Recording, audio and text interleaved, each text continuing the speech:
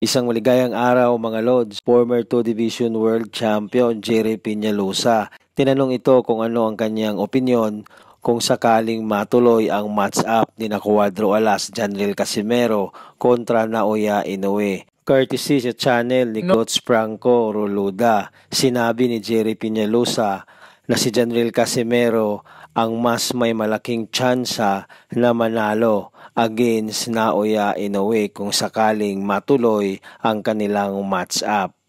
If you ask me, I'll tell you honestly, Casimero mas malaking chance na manalo. I give you one reason. Si Casimero kasi talagang malakas.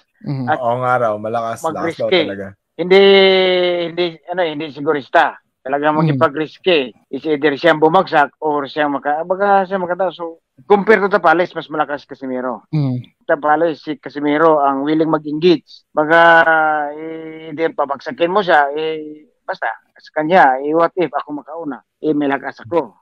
I'm not saying na matatalo si Tapales. If you saying na lakas at hindi sigurista, Casimero yun. Mayabang So, may papatunayan alam mo yung may pagka-insecure. At saka, alam naman natin, may pagka-fret to si Casimero Talagang ako, maraming ayaw ni Casimero.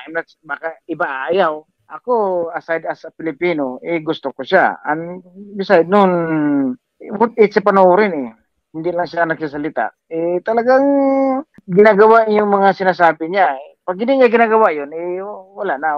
Baga, ano ka na lang hanggang